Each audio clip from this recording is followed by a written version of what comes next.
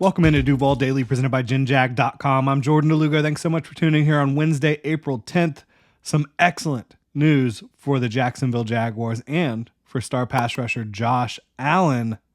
Largest contract in franchise history has been agreed upon by the Jaguars and Josh Allen, $150 million over 5 years. Josh Allen broke the Jaguars' single-season sack record in 2023. He will probably break the franchise all-time record for sacks this year. 26 years old, will turn 27 this summer, entering the prime of his career. This guy is a leader, a tireless worker on and off the field, an elite run defender, a guy that makes plays all over the field, and a very, very good pass rusher, right? Unbelievable year of production in 2023, and prior to that, all the underlying numbers from a pass rush perspective suggested that he should be putting up more sacks than he was.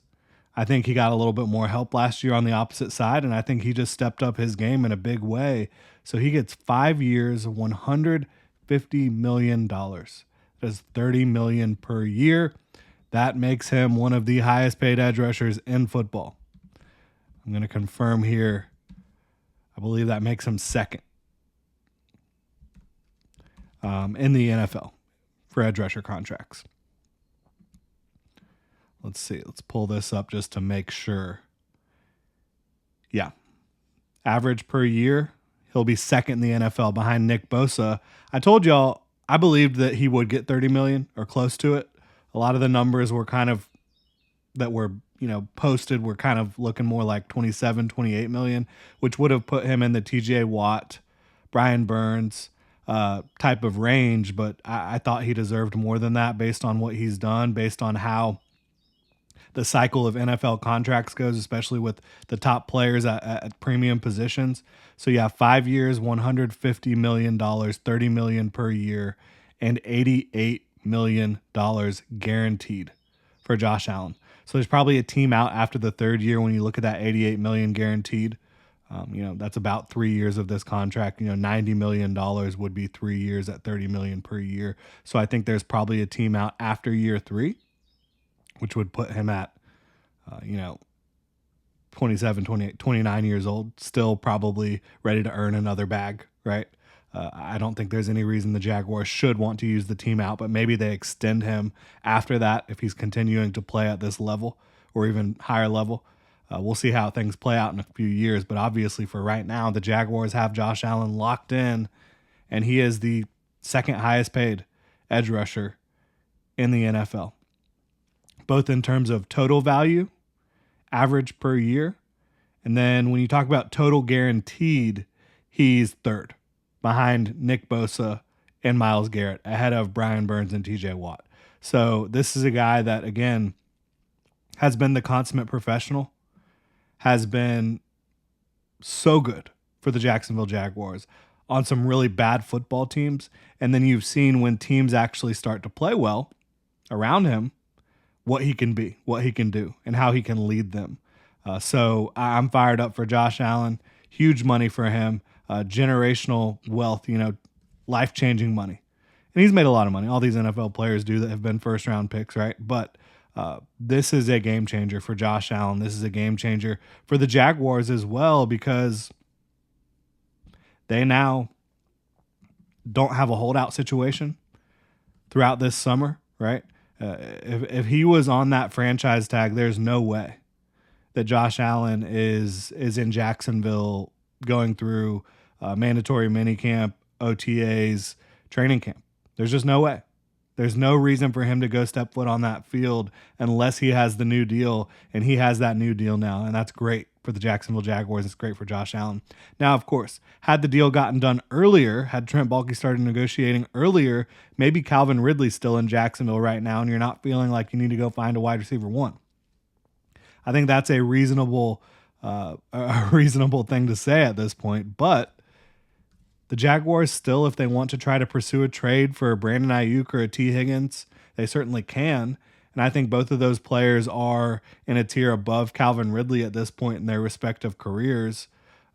But this Allen contract, now that he's not on the franchise tag, probably going to be around $12 million for his 2024 cap hit. Usually the Jaguars contracts are about 40% of the average annual value is the salary cap hit in year one. So that would save the Jaguars over $10 million in 2024 cap space from the tag, which was sitting at about $24 million. So I think they're going to save, in excess of $10 million on the 2024 cap. I say put your chips in for a Brandon Ayuk or a T. Higgins. Then you go get more help for your defensive front, corners, offensive line depth in the draft. I think you're golden. I think you're sitting in a position to really compete at the top of the AFC. I would want to trade that 2025 first round pick because you're betting that you'll be better in 2024 than you were in 2023, and that pick won't be as valuable as this current year, 17 overall. But if it came down to it, would I trade the 2024 first for T. Higgins or Brandon Ayuk? I absolutely would. I think Ayuk is probably a little bit better fit for what the Jaguars need right now. But T. Higgins and Trevor Lawrence have tremendous rapport. And now you have two kind of monsters out on the outside with T. Higgins and Gabe Davis. You have Christian Kirk, Evan Ingram eating it up in the slot. I think that would be a fantastic pairing as well. So I say the Jaguars should push their chips in for the next couple years and really try to compete for a Super Bowl. I think the fact that you now have Josh Allen, Eric Armstead, Trayvon Walker, who I think is definitely ascending in this league, and then potentially a healthy Devon Hamilton and whatever else you add in the draft, you're starting to cook with gas on the defensive front. I think if you added a T. Higgins or a Brandon Ayuk, or if you draft a wide receiver at 17 or in the second round, you could be really looking like a bona fide contender. The Jacksonville Jaguars could be. We will see how it plays out. Obviously, Josh Allen, though, was the heart and soul of the Jaguars defense for a long time. Still is. Him, Foye Oluokun, guys like that. They're leaders on the field, but they're also the best players out there. And you want to pay the best players on your football team. I'm glad the Jaguars finally got the deal done. I'm glad it's prior to the draft because now the Jaguars, maybe they can shake things up. I'm glad that it's prior to training camp, right? Because the Jaguars, if they want to, they have the money to still be active in second and third waves of free agency as well, right?